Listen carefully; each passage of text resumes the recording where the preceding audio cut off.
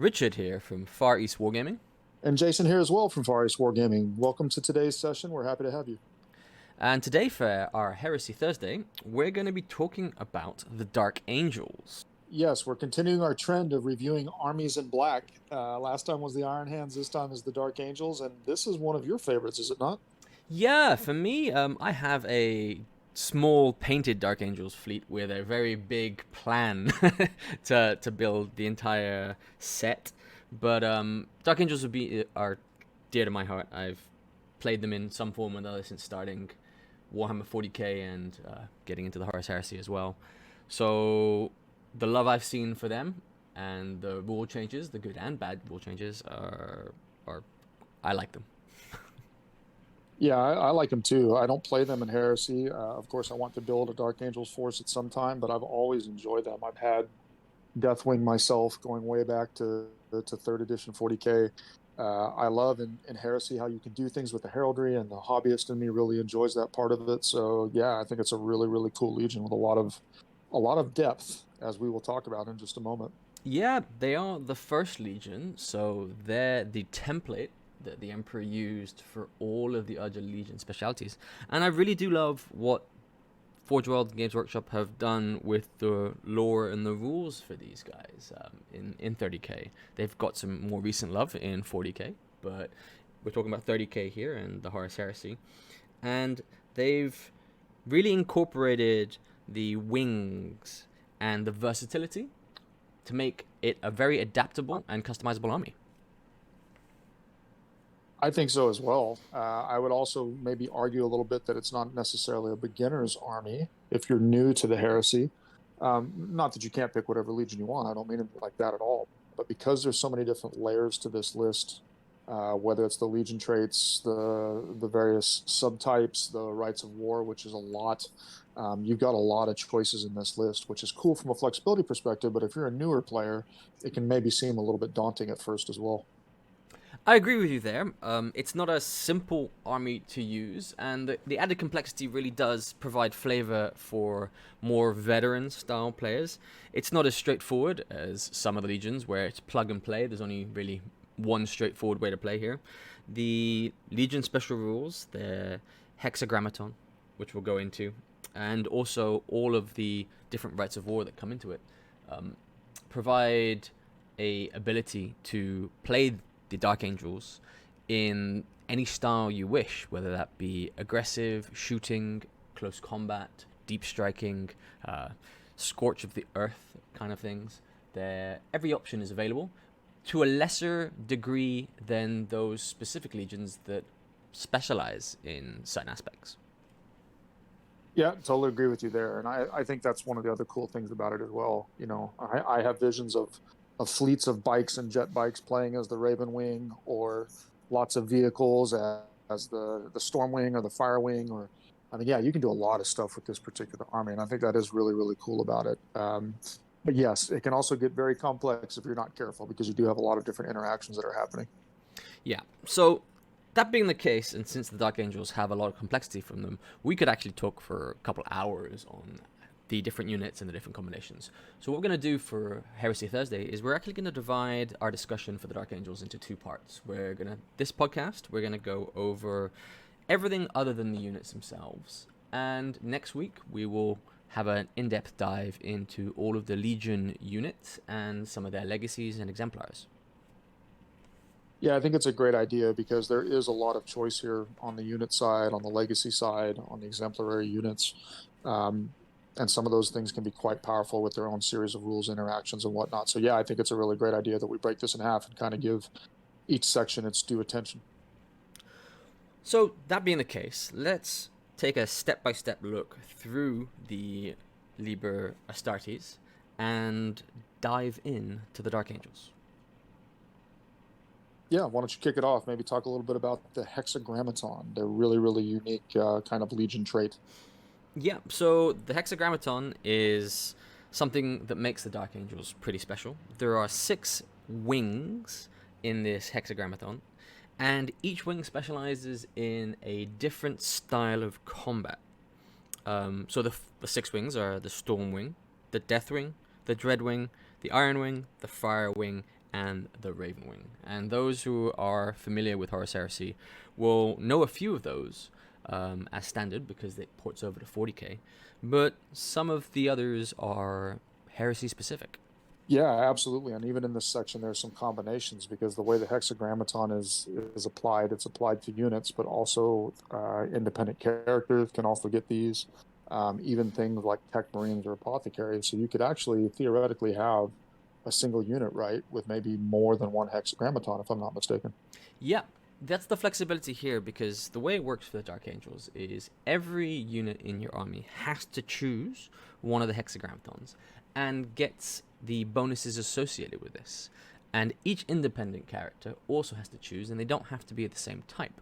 Now, mixing is a double-edged sword as well, because some of the rights of war and some of the warlord traits benefit more uniform armies, but it's very possible to mix, and a lot of people do mix because certain units benefit from the different types of hexagrammaton upgrades and subtypes.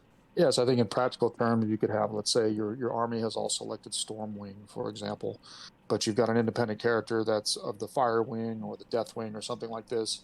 And then because only one model in that unit that all have the Legion of Astarte's Dark Angels, only one model in that unit has to have the hexagrammaton for it to apply. That's where the power of the stacking, I think, really, really happens. And it allows you to create some pretty effective combos. Yeah. Well, let's take a breakdown of the wings. So let's start with the first one, the Stormwing. And the Stormwing is really I'd say the line wing, the tactical wing, because what the Stormwing provides is it provides a +1 to hit as part of a shooting action, only when using a bolter, combi bolter, or bolt pistol.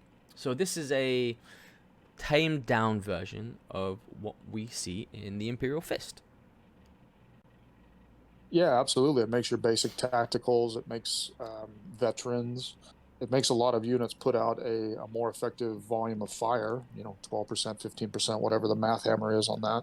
But yeah, you're right. It is toned down because it's not affecting things like your autocannons, your heavy bolters that the Imperial Fist get to enjoy. But it does make your basic dudes a bit stronger, and I think that's pretty cool. And so that's something that can always be useful because let's face it, you're always going to take tacticals. So I think this is one that's going to get a lot of play, in my opinion. Yeah, I think this is going to be a standard selection for line units, tactical squads, even recon squads for that. Increasing your ballistic skill if you're not using the special nemesis bolters, just using normal combi bolters. But anything using a bolter that needs a +1 hit, this is the perfect wing for them. And this is the first wing for the hexagrammaton. The second wing is one we're more familiar with, just lore-wise, being a bit more famous, the Death Wing. And the Death Wing are adapting rules from Heresy 1.0, which were really the core rules for the Dark Angels. And what this allows is a +1 to hit an assault with any blade-type weapon.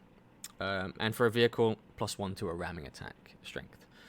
But it's more subjective to when it's going to be useful to use this here.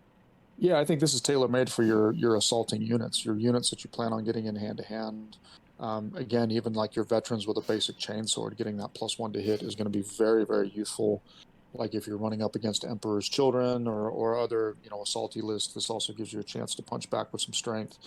And I mean, and with units that are carrying tyrannic great swords, Paragon blades, Calibanite war blades, these kinds of weapons, it's going to make them even more effective. So now all of a sudden your Praetor with a Paragon blade is going to be an absolute blender.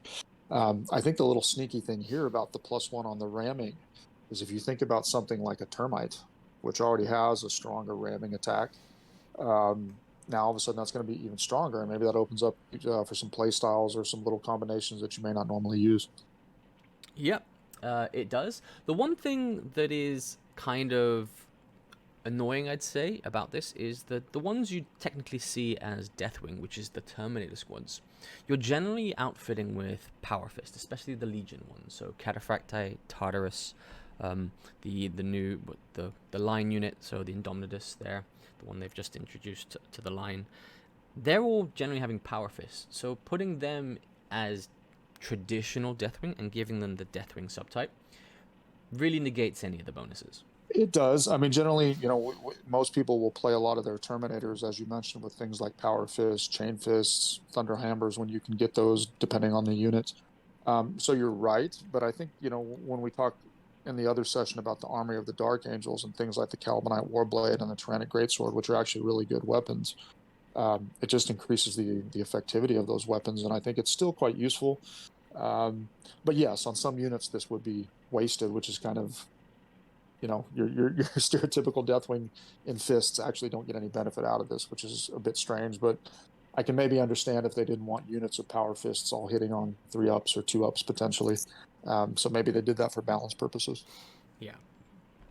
Well, then the third wing for them, one of their more specialized wings, is the Dread Wing. And the Dread Wing here allows all models that are targeted by Flame, Plasma, Volkite, and Phosphex to reduce the incoming strength by 1. And all force attacks made by Poison need +1 to wound more than they normally. So the 3+ poison goes to a 4+ poison, as an example. This here is quite strong to put on things like Dreadnoughts, where suddenly Plasma now is not as effective, harder to hit. It's hitting again on a 5+. Yeah, this is like a pseudo version of the Salamanders rule, right? You're basically negating a Salamanders player getting his bonuses on a lot of these weapons against you. I think you point out a really good one about Dreadnoughts. Poisoned, if you're playing against Death Guard, a lot of poison weapons in the Death Guard armory, especially Grave Wardens and things like this. So it's definitely a useful hexagrammaton, but it's probably a bit more situational, and not as many of your units are going to actually get effectivity out of this. Mm. Melta is excluded, which is also interesting, because Melta has become quite popular again with the removal of things like Armored Ceramite. So you don't get any benefit from that. But if your meta has got players, Sally's, Death Guard, or people that just love to load up on Plasma, levies with Phosphex, then yeah, you can get some use out of this, but maybe again not as common as the previous two that we just described. Yeah, Volkite is seeing a lot of popularity in this latest edition, and taking the Volkite down from strength 6 or strength 5 to down 1 really makes the 2+s go away. So a 10-man squad of Volkite, which was hitting you on 3s and wounding you on 2s, is hitting you on 3s and wounding you on 3s. That's actually quite a lot of saves negated, and for a weapon which requires volume of wounds to be effective. Agree. Yeah, definitely some protection there. I love Volkite culverins myself, as you can attest with my Death Guard with a squad of 10 of them. Yeah. So yeah, I mean, I would definitely lose some effectivity off of those weapons and probably save more of your guys. Yeah. But again, this is one of the situational ones, I think. Yeah. And I'm actually glad that the Melter hasn't been included in this. It would actually make this a very overpowered subtype, because Melter is instant death, and it's taking away instant death from the Melter, which would change the dynamic quite drastically. Oh yeah, absolutely. It would mean your Contemptors are also getting wounded by Melta, which is very effective against Contemptors. They'd only be getting wounded by Melta on a 4-up. Your levies would only be getting wounded on a 5-up. What a 5-up or a 6-up? Yeah. So I think that's probably why they did it. Balance reasons. I agree with you. It would be really strong otherwise. So the fourth wing is, well, it's called the Iron Wing. It's a more traditional vehicle focused, but they've adapted it to infantry units by allowing any unit with this subtype to reroll hits of 1 against vehicles. And also vehicles increase their snapshot from ballistic skill 1 to ballistic skill 2. And this is really quite a powerful unit subtype. Oh yeah, absolutely. I mean, this is the subtype for your armored heavy lists, or this is the subtype even for if you know that your meta has a lot of players that love tanks. This is yet another reason why in 2.0 that tanks are not as effective in some cases, because there's just so many things out there now that can really deal with tanks that couldn't in 1.0. I agree with you. Yeah, this is a really powerful one, and I think it's going to get a lot of play as well, along with Stormwing or even Deathwing. That +1 reroll, or excuse me, that 1 to reroll versus vehicle is very strong. snap shooting at a BS2 doesn't seem like a lot, but it is, you know, if you're running a lot of um, vehicles that have volume of fire, the ballistic skill of 2 is gonna help you as well. Yeah, I mean, again, I can see this one getting a lot of use, and it's definitely going to put a pain on somebody that's running tanks against you. Yeah. So this I think would be a standard selection for any of your heavy support squads that are tank focused, the las cannons, even the missile launchers, such. Especially if you think about it, if you have a master of signals in there, which is increasing your ballistic skill, then you're kind of guaranteeing every single shot hits. Not wounds or penetrates, but hits. And a 10-man las cannon squad hitting 10 shots against a vehicle is more or less taking it out every turn. Absolutely. Land raiders are just going to turn into scrap. Anything smaller than a land raider, like a predator or a Sicaran, scrap. It's going to give you more chances to chip off maybe an additional 1, possibly 2 hull points, even against a flare shielded Spartan. So yeah, this is really, really powerful with heavy weapons like las cannons for sure. Yeah. I do like the aspect for vehicles. BS2 means you're hitting on 5s for your snapshoot, which is actually quite powerful because you were talking about the ones with volumes of hits. So if you have Volkites, or I have 2 Sicaran Punishers on my workbench, and that's a massive volume of heavy bolter 5 and strength 6 Punisher rounds. That if you get shaken, stunned, you're still able to semi-effectively do some damage with this weapon, as opposed to relying on the 1 in 6 chance for that elusive 6 to even just start putting damage down. Oh yeah, if I was running a Punisher with this particular hexagrammaton, all of my Punishers would probably have heavy bolter sponsons. I'm stocked with a heavy bolter on the hull. I would probably pay the points to upgrade to a pintle mount heavy bolter. You're going to just be murdering infantry, even if you're snap shooting. So yeah, I think that one's a really good one.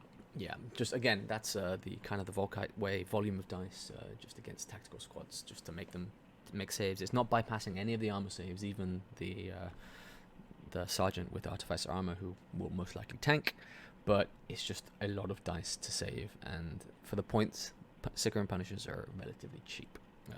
I do like them. I think they look cool. They're seeing a Heresy with the plastic Spartan.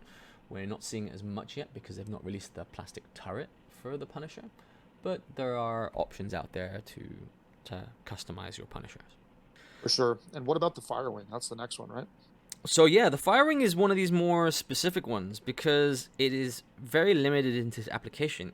It allows you to get +1 to wound when attacking any unit that contains an independent character. And this is a double-edged one. It helps when you combine it with the Deathwing. But again, none of these wings special rules can be used in the same turn. So even if you had a Firewing character with your Deathwing squad, you've got to choose if you're getting +1 to hit or +1 to wound. But this is what I would be putting on the spoiler squads or things that are looking to take the head off the Legion. Oh, dude, anything with a Nemesis bolter, right? So your recon squads, your seekers, if you've put some Nemesis bolters with veteran tacticals, those things just got a lot more potent, right? Because you're essentially always going to be wounding on a 2+, because sniper rifles strength 5, usually wounding on a 3, but now you're a +1 when you're targeting a unit with an independent character.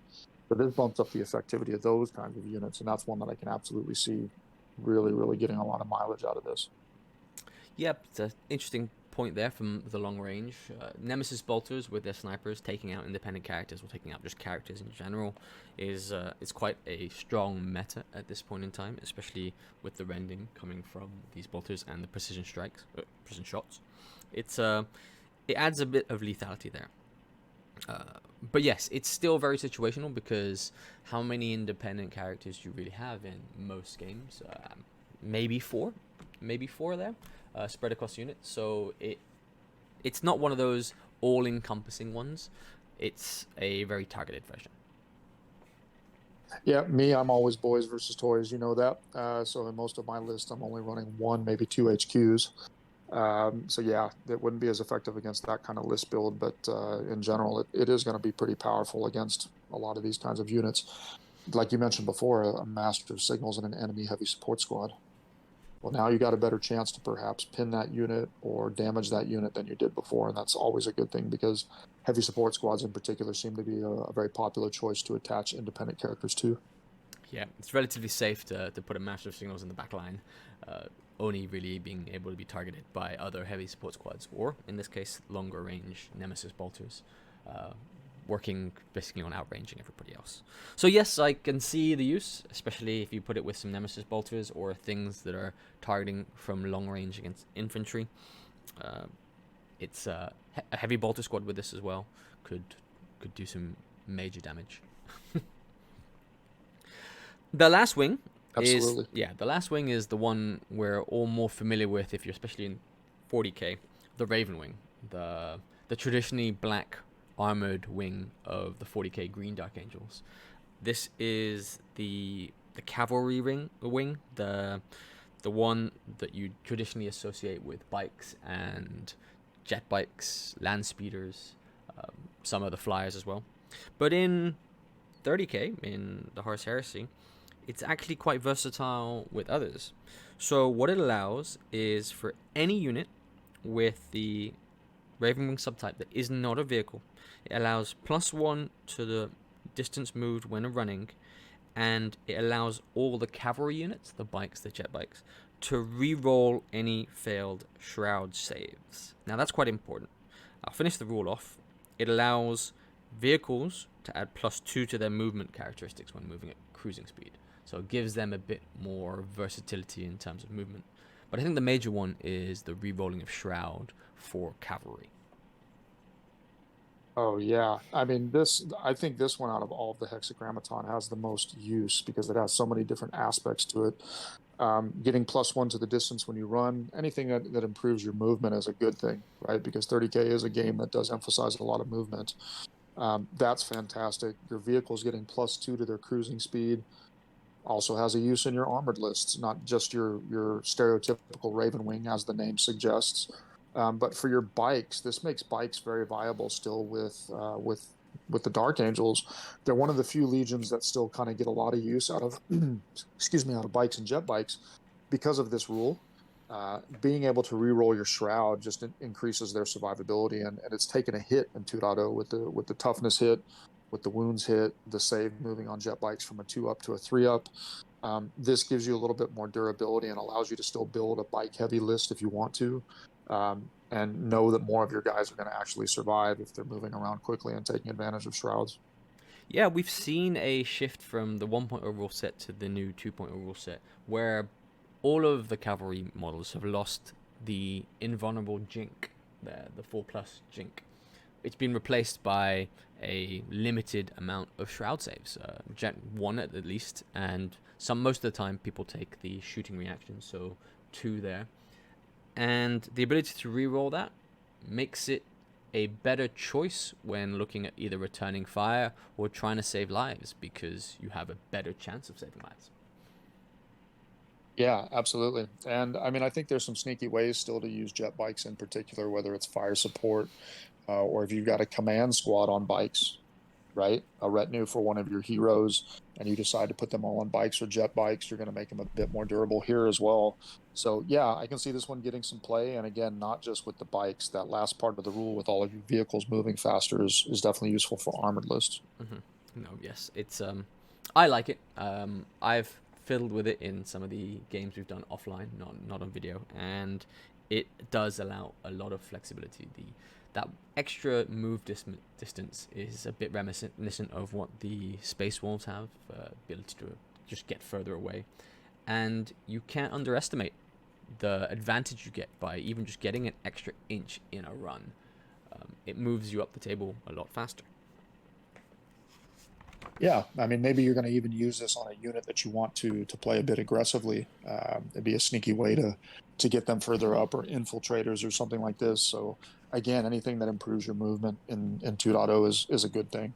Well, let's look at it. Even if you take a unit of tactical marines with Stormwing and their dedicated transport has the Ravenwing rule, that's 2 extra inches on your dedicated transport for getting you up the field and getting you to your target, to your objectives, to better areas. It makes your 14 go to a 16. That's a very big shift. Oh yeah, and I think the takeaway I have just from the hexagrammaton in general is, as we mentioned before, there's layers upon layers, and depending on how you stack this with different characters and different units, as you alluded to, I mean, it can really open up a lot of powerful. I don't want to say OP because I don't think any of these are particularly OP, but some of the combinations can get pretty strong depending on how you layer this, and I think that's where that complexity and that flavor comes in. That's really unique to the Dark Angels. So those are all of the 6 hexagrammaton subtypes for the Dark Angels. And I think it's quite clear you can get a lot of versatility by combining them in your army. If you wanted to go thematic, you could take a entire list of one of the hexagrammatons, but it does give you some negative downsides. Yeah, I think that'll probably come out with some of your rights of war and stuff as well, right? I think you have maybe some restrictions or some other things in there that limit you. But yeah, I think the strongest play is mixing, but you can definitely go thematic. I like thematic. Everybody with a Deathwing or everybody with a Raven Wing, and then you play a traditional Deathwing army, Terminator heavy, or traditional Raven Wing army, traditionally bike heavy and speeder heavy. But yeah, you can go either way. Yeah. One of the things I will say, just to round off the hexagrammaton, is I'm very liking the shift in WYSIWYGness that you need for this, because in the 1.0 rule set with this, you needed to have it stated in the rules that the wing had to be represented on the model itself for it to be valid. And this is no longer the case, which allows you a lot more flexibility in your limited number of plastics you have in your Dark Angels force. You can really adapt them as you like there. Yep, absolutely.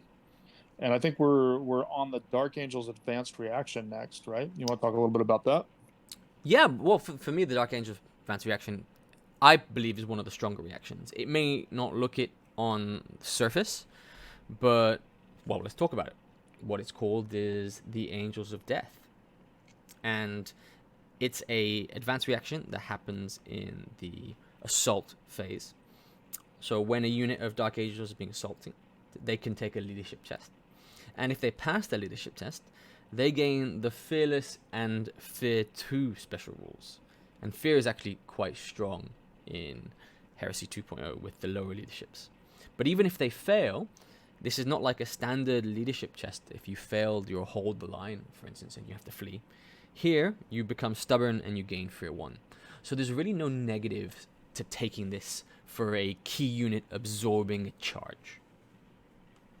Oh yeah, you're going to turn that unit into a brick, right? Because even stubborn, like on a stubborn 10 unit with a Praetor, for example, for all intents and purposes, they're mostly fearless.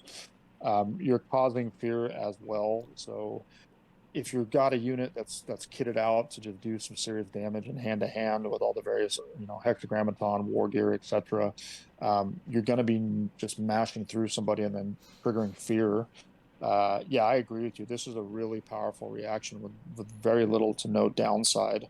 I like this one a lot. It does give you that key moment during the game that if you play this properly, this can actually turn a game around, and either break the attacking unit or allow you to absorb their charge and stop them from maybe rampaging further. So, yeah, I like this one a lot. A really, really good advanced reaction. Yeah, out of all the advanced reactions, and there are some clearly better ones and some clearly weaker ones, here, this one I think falls in the category of the better. The leadership changes in Age of Darkness have made any leadership characteristic change very key. Fear 2, lowering your leadership there. It's very strong, and the Fearless means for that turn you don't break. Now, a lot of the units you traditionally take this, like your command squad, is already stubborn in the sense it's inexorable for Terminators. But putting this on a unit with a chaplain, well, they'll gain the Fearless rule anyway, but any large 15-20 man close combat unit, you're suddenly, like you said, this immovable brick for a full turn. Yes, it's definitely potentially a game changer, and I agree with you. It ranks up there with the advanced reactions from like the Imperial Fists, the Space Wolves, the Emperor's Children. It's a good one. It's a really, really good one. Yeah. Um, I think it sits slightly under the ones that allow you to charge back, but this is the next best thing, the ability to not break. Yeah, absolutely. And just real quickly, I mean, a chaplain doesn't do fearless anymore. It does do stubborn. Oh, Um, but yeah, I mean, this is a good one. No downside. I like it a lot. yes. Thanks for clarifying that out, because they lost their fear rules and they lost their fearless rules. Yes, it's one of the downsides, but at least they kept their hatred. This is true, yeah. So I mean, we know that chaplains with hatred and close combat units are really, really good. So So that's the advanced reaction, and then we'll move on to the warlord traits. And unlike most legions, there's actually only two warlord traits for the Dark Angels. Normally there is a loyalist version, there is a traitor version, and then there is a neutral one. But there are no traitors in the Dark Angels, right? yeah, insert your Dark Angel traitor joke here, which is which is absolutely played out. But it's not played out for those of you that are new to the heresy. Yeah, there's only two warlord traits here, but they're both actually really good. I mean, the first one, Marshal of the Crown, in my mind, continues the theme of the Dark Angels, which is the different layers. Because the reactions themselves are triggered by different hexagrammaton units when they can actually trigger a reaction, right? So your Deathwing, your Dreadwing can trigger an extra reaction in the assault phase, your Stormwing, Iron Wing in the shooting phase, your Raven Wing, Fire Wing in the movement phase. And with the rules that are granted by those particular hexagrammaton, I mean, that's pretty powerful. It's also, the line of sight bonus for the leadership. Yeah, I mean, this is a really cool one that I can probably see as one of the most powerful of the two, and probably the one that's going to get the most play. But interested to hear your thoughts as a Dark Angel player, if my assessment as an outsider is accurate. Well, I think the more key one here is this line of sight bonus to leadership, because as we were just alluding to, leadership plays such a key role, and increasing the leadership of potentially every unit by one. Um, you see this come into play with a Delegatus in the back line, who is sitting back in a vantage position. There, he has full line of sight of a table. Every unit is getting this. You're looking at the customizability. If he's in the back line, you can choose, because you can choose his wing, what your army, what phase you have the extra reaction. And I think you'll find it'll be likely with Stormwing and Ravenwing kind of things, because shooting reactions are the most favorable. Even though our advanced reaction is in the assault phase, you get a lot more mileage out of the extra shooting reaction. Oh, for sure. That's the reason why the default Warlord trait, and the name is escaping me right now, the one that actually grants you an additional shooting phase reaction as well as pinning on your weapons. That's why that one is so popular, because shooting is so powerful in 2.0, and so many units can really take advantage of an extra shooting reaction. Yeah, definitely you're going to probably put this on your Warlord from those particular hexagrammaton. But you do have the flexibility if you decide to go more assaulty, or you want a more fluid moving army. If you want to, you could assign those other choices and get the bonus there. But again, the name of the game here is flexibility. It allows you to really decide much more in terms of where you want that reaction to be, rather than for most legions who only their warlord trait defines it as only one particular phase.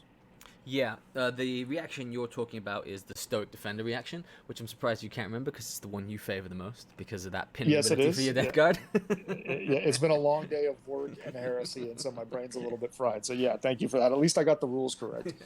No, that is, like, you're quite correct as a default reaction, especially for some of the legions which don't have viable shooting phase reactions. Stoic Defender is the fallback, allowing you to pin and then also still giving you the shooting reaction. It is quite strong. But you're right, flexibility for Marshal of the Crown there. The ability to your Warlord to just choose which phase he wants. And if you're going very close combat, it's it's along those lines. You can take the Deathwing or Dreadwing ones, but this is also where uniforming your legion comes into play, because to make the most out of this +1, everybody has to be the same subtype. So if you did choose, for instance, the Stormwing or the Iron Wing, you only gain this benefit from other units with Stormwing. So in my Delegatus example, it would be for armies heavy in troop choices. So this be the assault squads, the tactical squads, breaches, and things like this, all given the line, and you're looking at a more shooty army. It wouldn't apply so much to a very diverse mix of subtypes. So its effectiveness is gained by specialization. Yep, more bookkeeping for the Dark Angels player, I think. And again, that's why I said earlier in the session that this is not necessarily a beginner-friendly legion. But yeah, you do have the bookkeeping, you do have the flexibility. And probably the last point that I would make about this particular Warlord trait, right, is everybody's meta is different. Okay, like some metas favor a lot of shooting, some metas favor a lot of tanks, dreadnoughts, whatever it is. You really have the ability to tailor to your meta with this as well, which can be quite powerful depending on the types of opponents that you're playing. And all this flexibility that we've discussed up to this point really allows you to tailor your force to what you face typically in your games week to week. Yeah. Well, let's move on to the last Warlord trait, Sensual of the Keys. This one here, in my opinion, is a bit more mixed opinion for this. But what it allows is your Warlord can choose at the start of a turn to make the turn a decisive turn.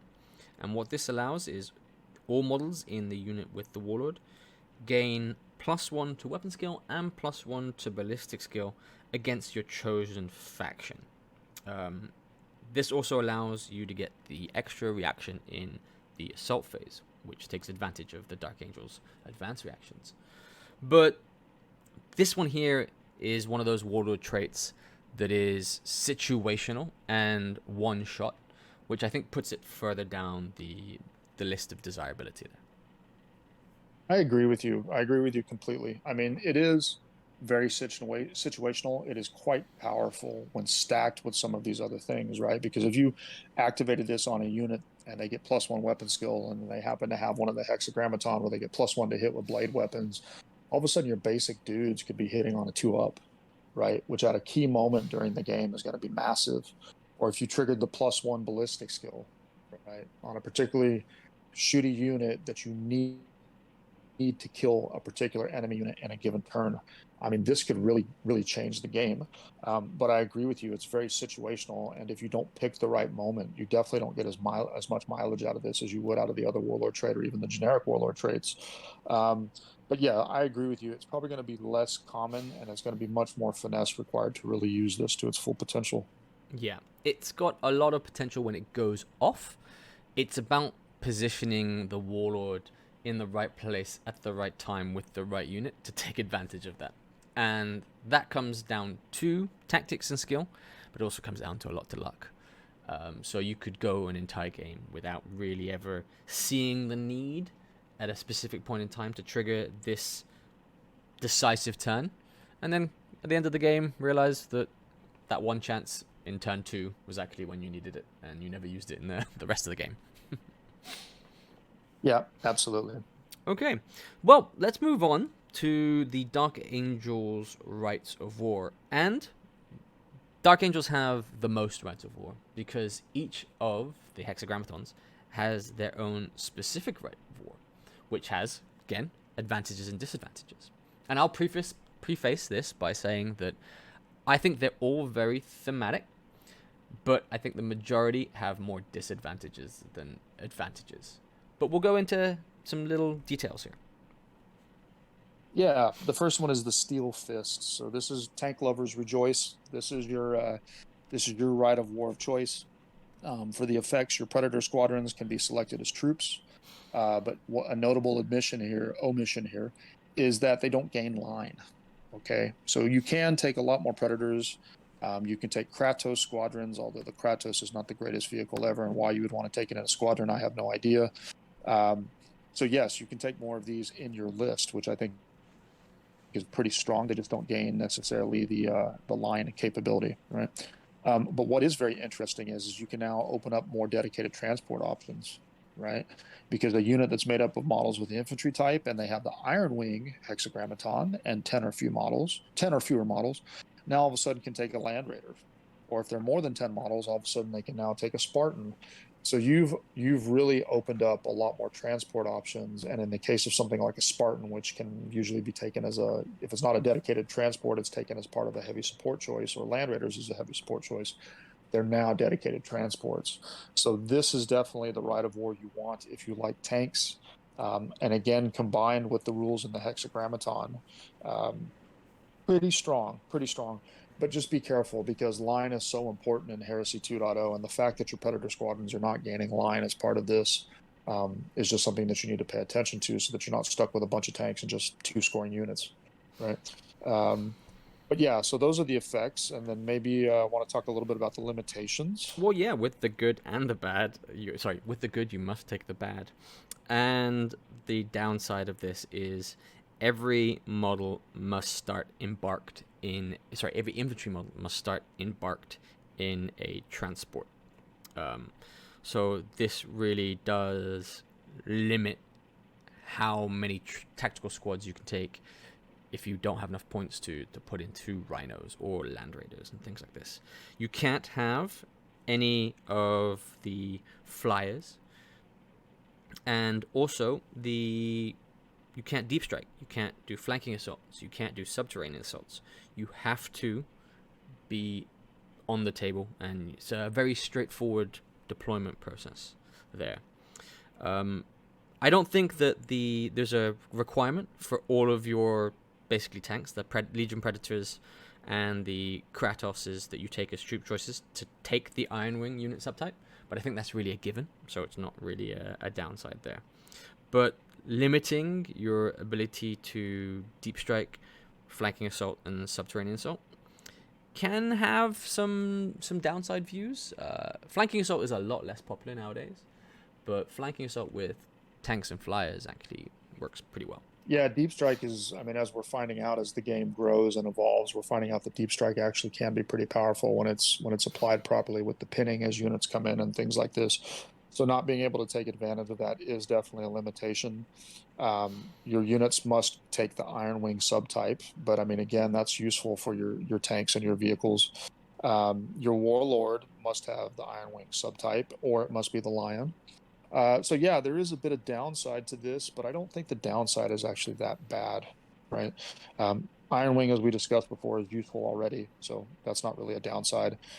Not being able to take flyers, well, let's face it, flyers in 2.0 are not in a good place, so that's not, to me, a big downside.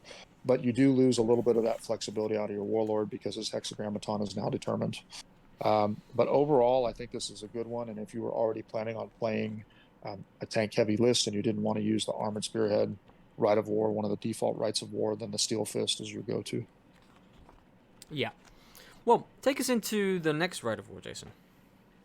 Ooh, the Eschaton Imperative, and the Death Guard in me loves this one because it is reminiscent of one of the Death Guard Rites of War. So for the effects, your Destroyer Assault Squads, your Mortalis Destroyer Squads, your Dreadwing Interruptor Squads, they can now be taken as troops. And that's a lot more powerful than you think. And the reason why it's powerful is because the elite slot tends to be loaded up with some really strong choices. You know, Contemptors, Rapiers, Apothecaries, Tech Marines, veteran tactical squads. Well, now if you decide that you want to play some destroyers or your Dreadwing Interrupters, which are a strong unit, you're not eating up those places, and you can take those other units. So I think that's a great effect. You automatically pass dangerous terrain checks, and dangerous terrain checks are pretty strong in the new rules, right? I mean, you basically you're going to be taking a wound with no save allowed except for an invulnerable if you happen to fail. So more of your units are going to be durable. If you're playing against the Death Guard who like to run the Creeping Death with dangerous terrain all over the place, that's a really nice effect to have. And probably the strongest part of this, and it can't be underestimated, is for the entire battle, all of your open terrain is difficult terrain, right? You are slowing down the enemy tremendously. They have to subtract out that movement for difficult terrain. They have to worry about it for charges. If you have a lot of grav in your Contemptors and you're spamming a bit of grav, I mean, you can basically be putting difficult and dangerous terrain all over the place and really pin your opponent. So that's a very, very strong one. Now, it is a bit modified by the fact that you have to put these eschaton markers to turn those areas into dangerous terrain. So it's not as effective as the Creeping Death from the Death Guard, but I really like this one a lot. And then finally, models with the Dreadwing subtype, they gain +1 to all wound rolls against any models in any zone of area terrain or terrain piece that counts as dangerous terrain. So you're going to get a little bit of offensive punch on this too. And the Eschaton Imperative has proven to be pretty popular with a lot of Deathwing players, or excuse me, a lot of Dark Angels players because of all these various effects. And there's a lot of them, right? If you compare this to many other Rites of War, this is a lot of effects that you get to take as part of this one. Yeah, this Rite of War allows so much restriction of movement that you control the battlefield, and the ability to pass dangerous terrain checks automatically for all of the Dreadwing units means that you can indiscriminately throw down dangerous terrains. You get to place up to 2 markers, so you don't have to place any. But why wouldn't you? You're making any piece of terrain that's already there from difficult to dangerous. You're putting this in ruins. You're putting this in key locations. You're putting this around objectives. It's very powerful there to do this. And you're right, the combination of Grav, which puts its own dangerous terrain down, means that you can go ham yourself. And as it kind of, like, I was a bit confused with the choices of the required units there. Destroyer assault squads, Mortalis destroyer assault squads, and Interruptors. The Interruptors make a lot of sense. The others, you're going for this kill and die, charge in full mentality. And with the new, hopefully, the new assault squads we get, which could be hopefully converted into destroyers with two pistols, this will see a lot more play on the table. Yeah, for sure. I like destroyers. I think destroyers are good. We'll talk about them in another section, but I mean, a unit of destroyers now pumps out a lot of attacks with all their special rules. So taking a unit of those, and even though they're not scoring, having them sitting in a particularly important place in dangerous terrain or something like this, where it just makes it harder for the enemy to get to them. Yeah, it gets a lot of use. I mean, another great example for the use of this Rite of War is you stick that Eschaton marker. Your opponent has a juicy, heavy support squad that he's sticking in ruins for the benefit of cover. Well, bam, you put one of these markers nearby that cover, and now all of a sudden it's dangerous terrain, and all of your units with the Dreadwing subtype are getting +1 to wound against them. Which makes it easier to take them off the table in one round of shooting. So yeah, this is like a really, really useful set of effects. And to me, the limitations, again, kind of like we saw with the Steel Fist, yes, they're there.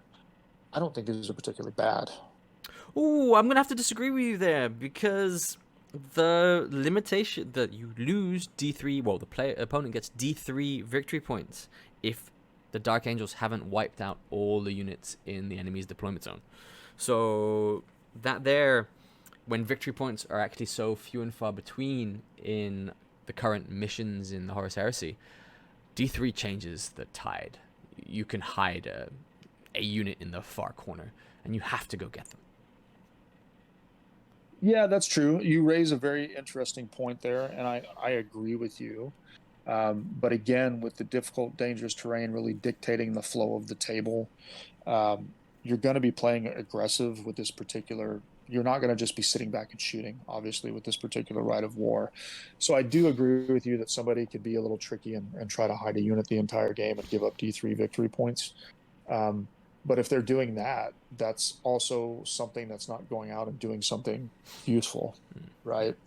So I do agree with you. You got to be careful. You got to pay attention to that. You got to pay attention to the victory points over the course of the game and kind of have a plan. If for some reason you're going to trigger this, make sure you don't put yourself into a losing or a tying situation because you ignore that aspect of it. But yeah, I agree with you. You do have to watch out for it, and it is a significant limitation. But you just got to play aggressive, and you just got to plan. I think this is where the assault squads, the destroyer assault squads with jump packs coming in from a deep strike, or any deep striking unit, is going to really be key for clearing out backlines. You're playing a format where you're trying to really wipe out the player through control and all this dangerous and difficult terrain. It's a do or die Rite of War for me. Yeah, and don't forget, I mean, the Dreadwing unit subtype, and you raised a good point about the deep striking in and trying to deal with backline units.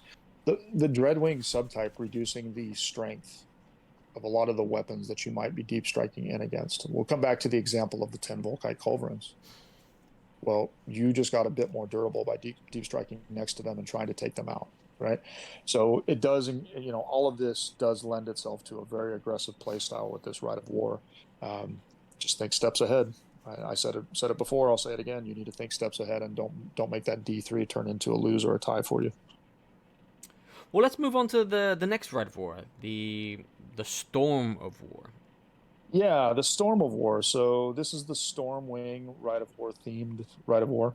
I say Rite of War a lot.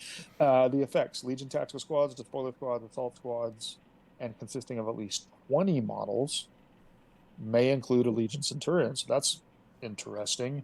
You're going to have to run big squads, but they may include a Legion Centurion. It doesn't take a force org chart. So if you're playing in a particularly big game and you're going to be taking big squads of these anyhow, you basically just got not a free Centurion, right? You still have to pay for the points, but you got a free slot. So that could be quite useful. You can't leave that squad, which is very similar rule to like what we would see with an apothecary. That particular consul, that Centurion, cannot actually be the Warlord, and he has to have the Stormwing unit type.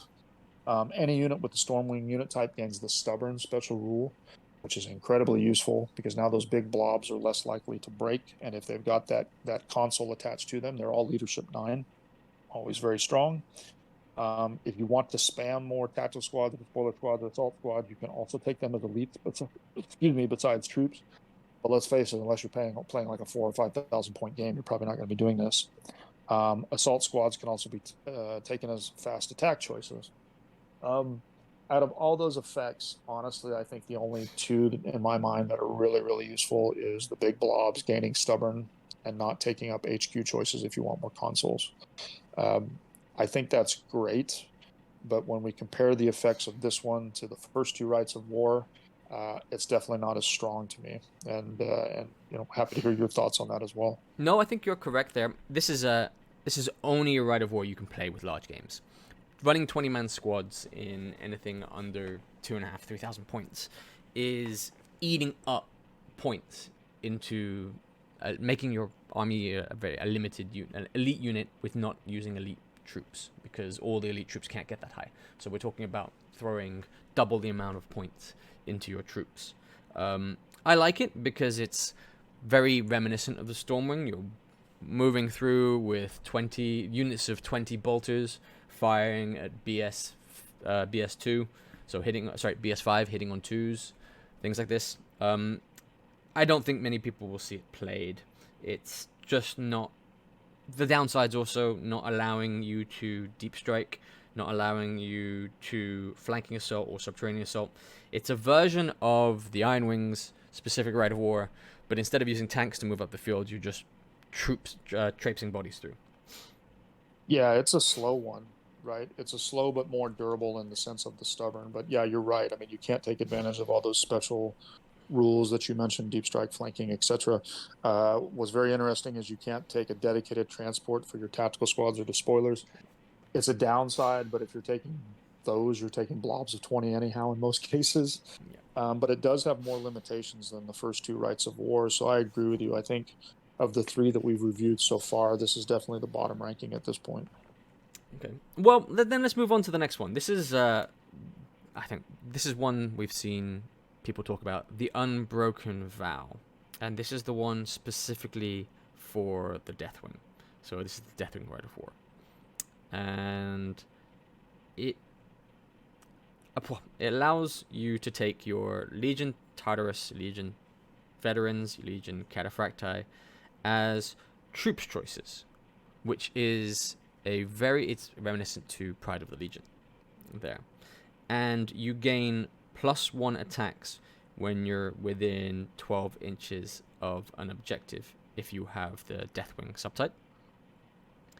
And all of the Legion veteran squads, Tartarus squads, and Cataphracti squads gain Heart of the Legion, which again is a quite strong set of effects but to me it is negated very significantly by the downsides. Yeah, these are some very strong effects. I mean, being able to spam more Terminators and Terminators are really good. Great. Gaining +1 attacks when you're near objectives, great. Gaining Heart of the Legion and the feel no pain that can trigger, also great. So these are all really, really strong effects. But kind of like we saw before in one of the other Rites of War, you have the potential to give up victory points to your opponent. You basically must have a single objective marker at the center of the battlefield. If the opposing player does not control it, then you get 1 point. Or D3 if the opposing player controls it instead. So you have the potential to give up some victory points quite dramatically, and you're adding an extra objective marker on the table that is going to spread your forces a little bit. So that is a pretty big downside. So if you're not smart and playing the objectives, and let's face it, many of us get locked sometimes into this mindset of I got to go kill the other army, I got to shoot, I got to do all this kind of stuff. If you're not smart in playing the objectives on this Rite of War, you're going to give up those D3 victory points potentially. You are locked into the Deathwing hexagrammaton for most of your units and for your Warlord. Not too much of a downside. That's a useful hexagrammaton, but you got to be careful with this one. Some powerful effects, but again, you can leave points on the table if you're not smart. Yeah. Well, it goes back to the fact that even if we talk about Legion Cataphracti, Legion Tartar squads, we have plastic models for them, but they don't come with swords. So if you wanted to take advantage of this because you have to make them have the... Well, you have to give them the Deathwing Deathwing subtype. They only get the advantage if they're using some type of sword. So in this case, it's only the power sword for these guys there. And that takes away the effectiveness of most Terminators. The AP2 is gone. The instant death is gone. I like it for the theme. I like it for the lore. It's the Deathwing. You're putting them in the middle of the table. They've got to hold it. But it's just not very player-friendly, if I can say it that way. Yeah, there's another aspect, which is there's a sunk cost in this Rite of War.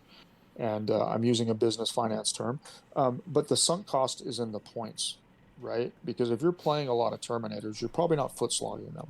If you are, it's a bit of a risky move because with shooting so prevalent, I mean, foot slogging Terminators are not always a good choice, which means you're probably going to have to stick them now on Land Raiders, and you're going to want them to be mobile so that you don't give up that central objective. So this is also a sneaky Rite of War in the sense that you have sunk cost in points, so you might only play this at a higher points game.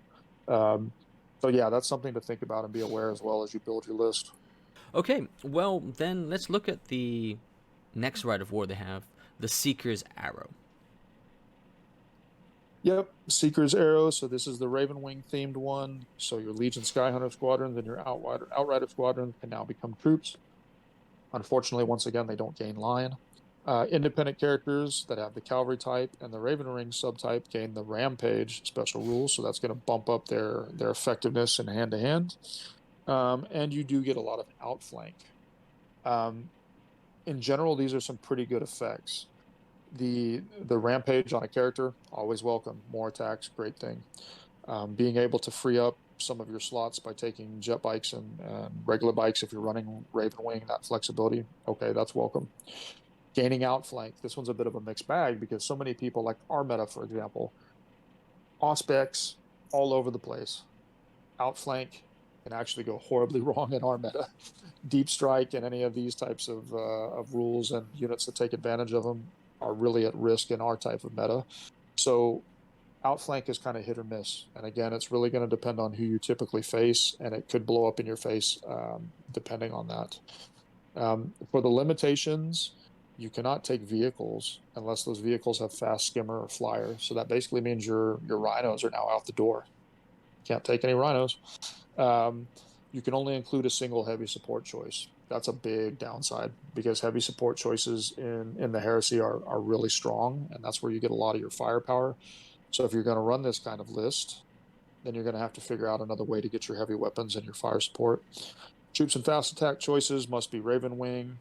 Again, I mean, that's thematic. Warlord must be Raven Wing or must be the Lion. I probably view this as one of the more weak Rite of Wars as well. Yep, I think you're right there. It's the Ravenwing Rite of War, so it's very similar to that of the White Scars, but with more downsides. No tanks at all. This limits maneuverability, even though your tactical squads have the extra run distance. It's it's just a massive downside, and it's a very hard one to field just in general because it is going to be jet bike, outrider focused, land speeder focused, things like this. With the new plastic jet bikes, we're going to see an accessibility increase to this. Hopefully, we get some plastic outriders. Yeah, I mean, you still can't take tanks, right? They just have to be fast, and there's not as many of those anymore. So sabers are fast. You could take those with this Rite of War. Sakarans, interestingly enough, are not fast. So you're not going to be able to take any of those, and you're not going to be able to take your rhinos and your land raiders and your Spartans. Um, so yeah, this is, to me, what makes this Rite of War not that great is actually you could run a Ravenwing themed army without using this. You could, right? There's the generic Rite of War that allows you to take lots of bikes and jet bikes. If you really like jet bikes and bikes, you can just simply take them as your fast attack choices or your speeders, etc. Um, yeah, I mean, a thematic Rite of War, an effective one, meh. Yeah, I think they've gone for the theme. They may have missed the mark in terms of viability because you can use the generic Rite of War to achieve the same effect without all the penalties. Yeah, absolutely. The last Rite of War they've got, and that's the Serpent's Bane. So this one is for the Firewing. Yeah, it's for the Firewing, and I think this is an interesting one. It does have a lot of effects as well. So it has 4 different effects. First one is you can take Seekers as troop choices. Okay, great. Seekers are not bad, and you can now take them in the troop slot. The second bullet point is actually the real powerful one, I think. At the start of the battle, you select 3 enemy Primarch, HQ Elites, or Lord of Wars as priority targets, and you declare those to your opponent. And all models in a unit from this detachment that include at least 1 model with the Firewing unit subtype may add +1 to all hit rolls against these priority targets. This could be really, really, really strong, right? And if the enemy army does not include at least 3 Primarch, HQ Elites, or Lord of War choice, then any other units can still be selected as the priority targets. If I'm playing Knights, I'm scared. Yeah. Right? +1 to hit against all my Knights, because I'm sure that all 3 of the choices are going to be Knights. If your opponent likes to play Lords of War, likes to play Primarch, quite useful. So I can definitely see the use out of this. Gaining +1 attack when locked in combat, the third effect against a priority unit. Now you're better at hand-to-hand against them. You can get Infiltrate on up to 3 units that are selected as a troops choice in this Rite of War that have the Firewing subtype. Infiltrate is pretty strong, really, really strong. And again, it doesn't have to be the Seekers. It doesn't tell you who you can actually apply this to, other than the fact that they have to be your troops. So you can have infiltrating tactical squads and rhinos. You could have infiltrating assault squads to potentially get up the table a bit faster and take less fire. You could have infiltrating breachers, sitting them on an objective early in the game. So yeah, I think that's a really, really strong effect, and I think that fact that you can select the priority units is also really strong, especially against certain armies. To me, this is a Rite of War that has a lot of applications if you combine different hexagrammatons, even though it's subject to the Firewings one. Because, for instance, you could take a Master of Signals with the Firewing, put him in a las cannon squad of Ironwing, and he can pick and choose which one of his +1s he gets, plus the reroll of 1 against vehicles, or the +1 to hit for using for targeting the priority units. So hitting on 2s without using the special rule of the Master of Signals there. It's got a lot of potential, but it's not a simple one to use correctly because there's a very big downside. Oh, there's huge downsides, right? I mean, troop choices have to be Firewing. That's not huge. Your Warlord has to be Firewing or the Lion. similar theme to all the Rights of War, not a huge downside. The big downside is the 3 priority units that were nominated. Your opponent scores 3 victory points for each one of those that is not destroyed or following back or pinned. Okay. So you run the risk. Let's say you nominate a Spartan and your opponent plays cat and mouse with that Spartan, 3 victory points at the end of the game. So you really got to be careful with this one because it is quite powerful when applied correctly, but you can leave 9 points potentially on the table. And most of the scenarios, most of the missions in the Heresy don't even allow you to score 9 points. So yeah, that's a really, really big downside that you're going to have to pay close attention to. And it almost in some cases might make you pick a little less durable priority unit than you normally would if you're really worried about your ability to take it off the table before the game ends. Yeah. I agree with you there. The fact that it has to be elites and HQs at the start really does mean that you have a limited choice because you'll probably have to take a Warlord and then to the HQs, to the elites units there to make it viable. And if you've got a smart opponent, you don't even have to play the scenario anymore. You're playing hide my priority targets. Yes. Now there is an interesting thing that you could do with this, right? I mean, you could effectively negate somebody's Death Star, right? Because what if you nominate them as the priority unit, your opponent's basically going to have to make a choice. Do I waste a big, massive chunk of my army's points by trying to hide it all game long and prevent it from getting killed? So yeah, I mean, you can mess with somebody's mind a little bit on that one. But this is a really, really delicate right of war that you got to be careful with, or you're going to effectively auto lose. Um, I think honestly that's a very running theme of all these rights of war from the Dark Angels, right? Some of them that are really powerful do have significant downsides that you got to be aware of. You've got to finesse yourself with these things. You've got to pay attention sometimes 2 steps, 3 steps ahead so that you don't lose the game. Um, I honestly, if you look online and you see the battle reports or you see the way people are playing the Dark Angels, the ones that are actually going for more effective type armies, let's call it effective type armies, they're actually not using these rights of war. They're using the generic ones because you can still open up some great combinations with the hexagrammaton and whatnot, and not have these downsides to worry about. Uh, I do like the fact that they're 6. I do like the fact that they're thematic. I do like the fact that they lend themselves to things like modeling if you want to make everything from a particular hexagrammaton and emphasize that, yada, yada, yada. But yeah, this is a really mixed bag of rights of war, I think, and not necessarily auto takes versus some of the generics. Yeah, it's very much reminiscent of the lore themselves. These are the templates that were used to test Rite of Wars, and then they've been refined. And yes, they've been refined in specific legions, but they've also been refined for the generic. Agree, but I mean, overall, I like it. I love everything that we've reviewed so far for the Dark Angels. I think there's so much flavor here. I think there's so many different layers. Um, Pretty cool stuff. Really, really cool stuff. But again, not for the faint-hearted, and maybe not for the novice heresy player. Yep, I think that is the recurring theme. They are the first legion, but they're not the easiest legion. And the combinations make them infinitely more complex. But let's move on to the last part for this Heresy Thursday. Let's talk about the Armory for the Dark Angels and what the Dark Angels have access to that nobody else does, which is the Weapons of Old Night. They've got a lot of options here, and kind of like we've seen with a couple other legions, I think they're a little spoiled for choice on the options.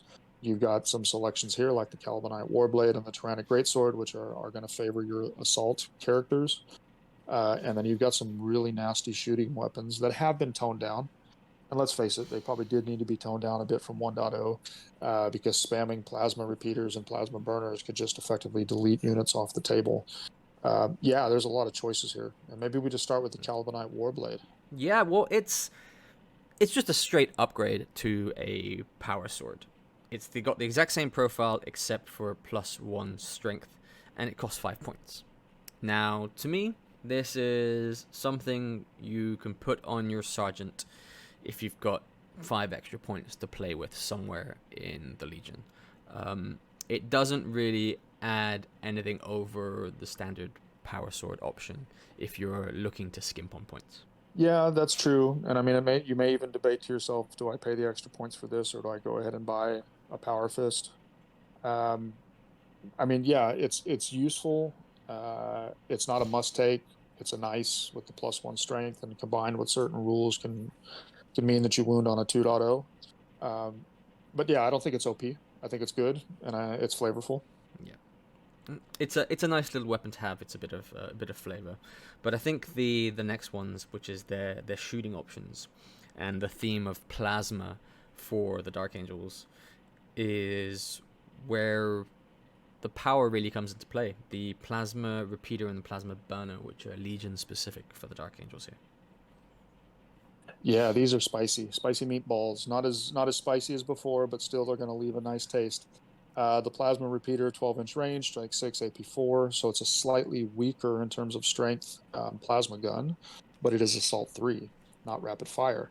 So that means that you can assault and you're going to get more shots.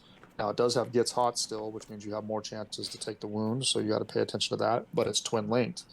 So this thing is spitting out a bunch of shots that most likely you're going to hit with, and you're probably not going to get hot because of the twin linking. And it still has the breaching 4+, which is native to most plasma weapons. So this is a really, really good one.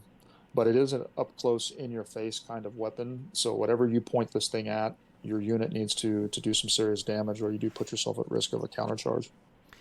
I like it. The plasma repeater there, the gets hot is really counteracted by the twin link, because you need to roll ones twice to eat that gets hot for that unit. So for that model, sorry. And the limited range is the downside here. You're no longer getting the 24-inch range. You're basically getting an extra shot in rapid fire range for the plasma, with the ability to charge the next turn. Yeah, and let's not forget the whole sunk cost concept, because you got to pay 5 points to upgrade your plasma guns or twin link plasma guns to a plasma repeater. Because of the short range, whatever unit is carrying these things more than likely is going to need to be in a transport. Um, so it does make like a plasma support squad, for example. If you chose to go the route of upgrading them, you're going to need to put them in a Rhino. You are going to make some expensive units with this, so you do got to pay attention to the points as well. Yeah, you're right. I think the only really viable way of doing this is you putting it with a squad of a tactical support squad with plasma. Veterans, having one or two of these guys in a 10-man squad could add the extra oomph, especially if you're looking to charge them in and get them into close combat. The plasma burner itself, which is the bigger version, the bigger daddy of this weapon, is, to me, thematic, and I like the idea.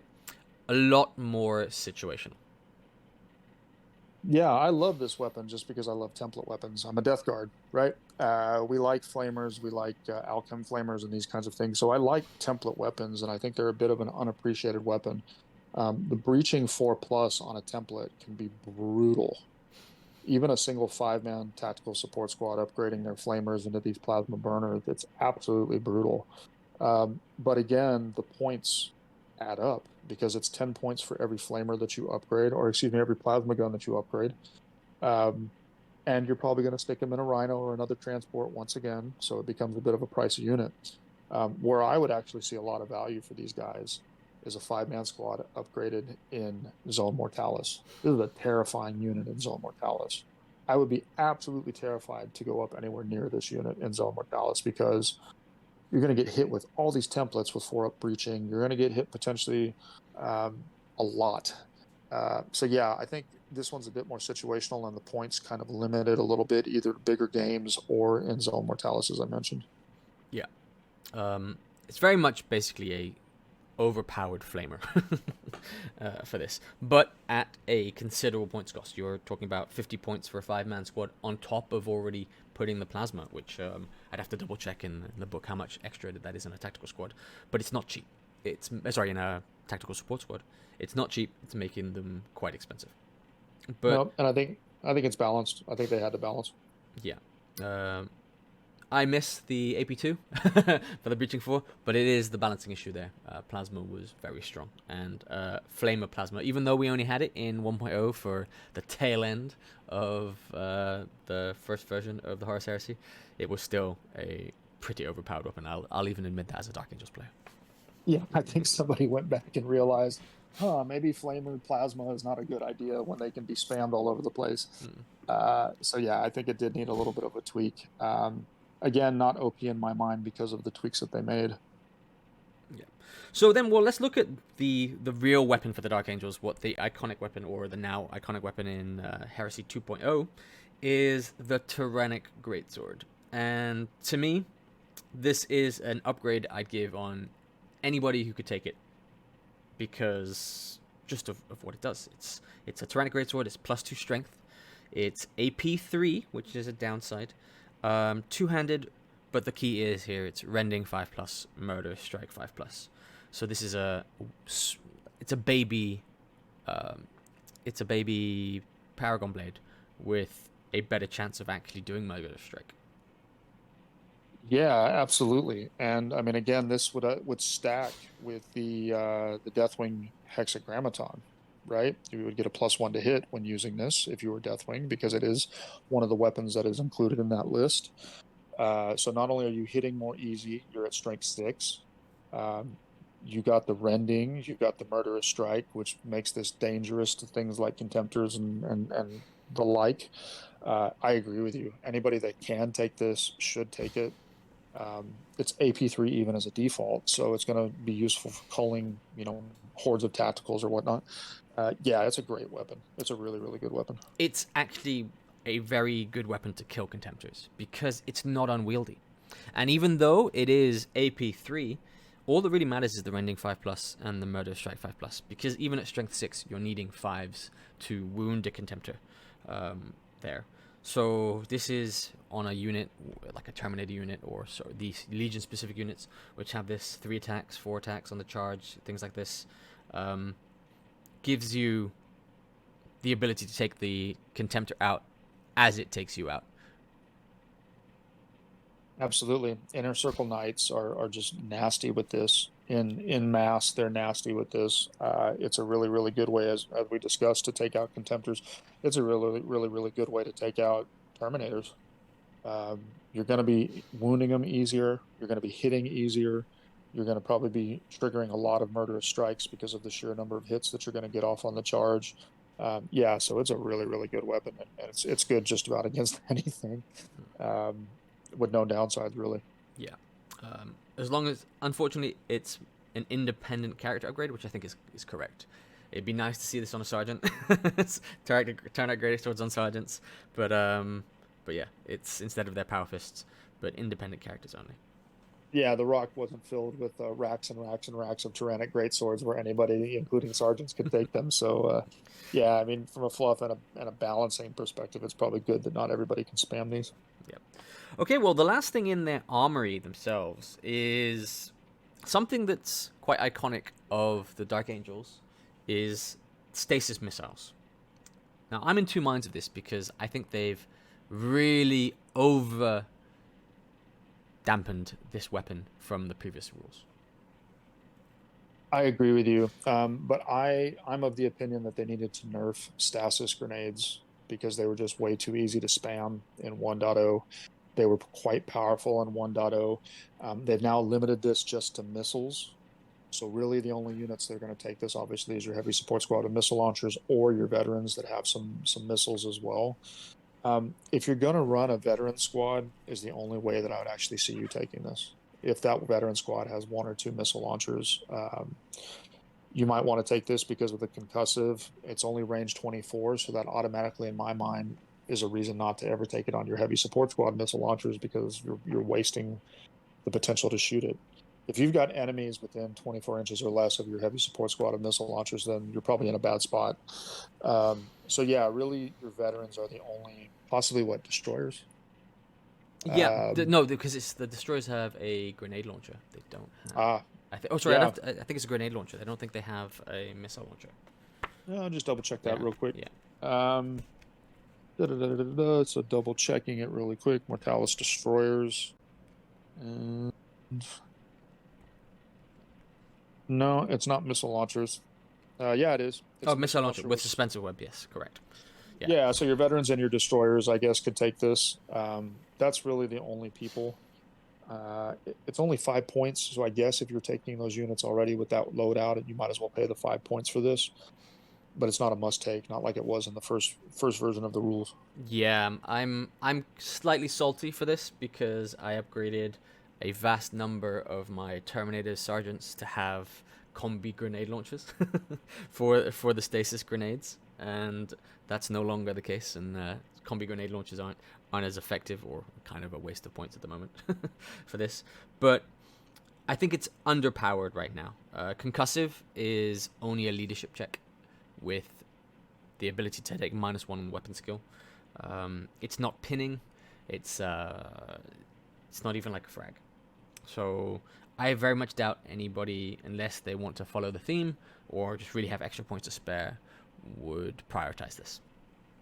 Yeah, I don't think your grenade launchers are still a waste because at least a combi grenade launcher does have pinning, and it's a minor combi weapon. So for most people that can take it, it's not a huge points loss. It's not a complete waste. But yeah, you're right. I mean, it lost everything that made it so good in the first version of the rules, and I do think that it needed to be turned down a little bit because again, it could be spammed with abandon. Um, but maybe this was a little bit too far the other way by only allowing it to be on missiles and lowering the range and taking away the pinning and stuff. Yeah, I don't know. It's a hard pass for me. Like I said, unless you've got the points and you're taking the units that can use it anyhow. Yeah. To round off the armory section here, though, I want to just bring up one point that they didn't port over from the first version of Horus Heresy, is the molecular acid shells that they used to have. And this was a very thematic thing. Very actually overpowered, I'll say this. It was the ability to put Xenos blood in heavy bolters and give them randomized AP. So with I think they toned down all AP in Heresy 2.0. So it was something that had to go. But I'll say I'm sad to see it go. Yeah, I mean for thematic purposes, maybe they could have just tweaked the rules as a cheap upgrade for like Raven Wing. If somebody has the Raven Wing hexagrammaton and carries a heavy bolter, then maybe they could have used this and it would only be like a 5 point upgrade, or depending on the rules, it might have been a free upgrade. I mean, yeah, I understand why they got rid of it. I totally agree with you on that perspective. But I mean, I think they probably could have put it in here if they wanted to, but maybe they just felt that there was too many choices or too much complexity. I don't know. Or maybe to speed the game up, because I mean, let's be honest, when everybody was running a lot of those molecular acid shells, having to roll every single time for the AP, it does slow the game down. So I can see why they might have thought of that as well. Um, but yeah, certainly they could have done a different kind of tweak, but oh well. Well, if we were the Imperial Fist or the Sons of Horus, we would have had it. Oh, absolutely. We would have gave everything. So, okay, well, to not go too much longer on our Heresy Thursday today, let's round this off with the Legion Consularis that the Dark Angels can choose. Yeah, this is a unique consularis that they can choose. They're one of the few legions. Well, there's a few different legions that actually get this, but not every. So basically, you can turn one of your centurions, whether he's on foot or in the various Terminator armor. You can upgrade him to a paladin of the Heca. I'm just going to say Hecaton. I'm sorry. I'm not going to try and pronounce this. Paladin of the Hecaton. And instead of the regular upgrades for the consul, he basically gets one of the orders of the Hecaton, which we will talk about when we get to the Inner Circle Knights. At no cost, and he gets his weapon skill upgraded to 6 and leadership 10. Leadership 10 is huge. Weapon skill 6 is huge with the other bonuses that Dark Angels can get to hit. And he also gains stubborn, also huge. Adamantium will 3 up, nice, not bad. And then you also get a Tyrannic Greatsword, as we talked about before, which is a fantastic weapon for no additional points cost. I think if you're going to take a Centurion and you don't have a specific role that you want them to fill, this is a really nice choice. Would I take this guy at a lower point game? No, because he doesn't grant you a right of war. He doesn't have Master of the Legion. Would you take this in place of a chaplain? Maybe. You get access to the stubborn, you get the higher leadership, you get the offensive punch that he's going to give you. Is that enough to give up the hatred? I don't know. So in my opinion, this is a guy that you would probably take as like your third HQ choice at a bigger game. Or again, if you don't have a specific mission in mind for one of the other consoles. Yeah. Well, I use this guy and I like him for as an alternative, a slightly cheaper alternative to a champion in a game where you have a Delegatus, so who is not close combat orientated, and you can then take a close combat focused one because the Tyrannic Greatsword, the extra weapon skill, and the leadership 10 there really adds some staying power to a close combat unit. Yeah, good point. I didn't even think about taking him as an alternative to a champion. Yeah, that's a really, really good point. What else? What other options might this guy replace? Um, Well, he won't replace the. Well, let's just go through the Consigliero's options really quick. He won't replace the Librarian. The Esoterist, no. Forgelord, different purpose. Primus Medicae is expensive, very different purpose there. Uh, Herald gives you the one thing. Heralds should be played more. I think they give you line, so I wouldn't take him instead of a Herald. Mortificator. I think he really is a replacement for a Praetor or a cheaper version of a Praetor if you don't need the Rite of War, because he can be your Warlord. He just can't give you the Rite of War. And if you think about it, if you take a Legion Centurion in Cataphracti armor, 85 points. Adding the 30 points here, he's still cheaper than your Praetor. In smaller points games, if you needed something close combat focused, I think he fits the bill. yeah, those are all really, really good points. Probably the other one that sticks out to me as well, if we come back to the Rite of War about the Storm of War, where remember you can bump up some of your squads up to 20, and then you can then give those squads a consul. If you're already playing a big, massive points game where you're playing those big, huge blobs, and you're going to take a consul in those units, upgrading him to a paladin, that really increases their punch quite a bit, especially not tactical squads necessarily, but the spoiler squads or Legion Assault squads.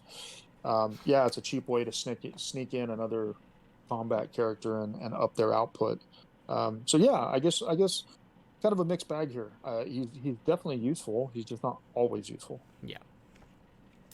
Well, look, that rounds up our first part for our look at the Dark Angels. Like we said, it's a very complex army, and we've only been able to go through the first sections. Next week, we will be touching on all of the Legion-specific units, and there are actually quite a few for the Dark Angels, if we include the Exemplar Battle ones and also the Legacies ones. So, until then, this is Richard from Far East Wargaming. And this is Jason as well. And we're really, really glad that you joined us once again. Keep up those likes, keep up those subscribes, keep up the comments. We really, really enjoy all of that. And as always, happy wargaming.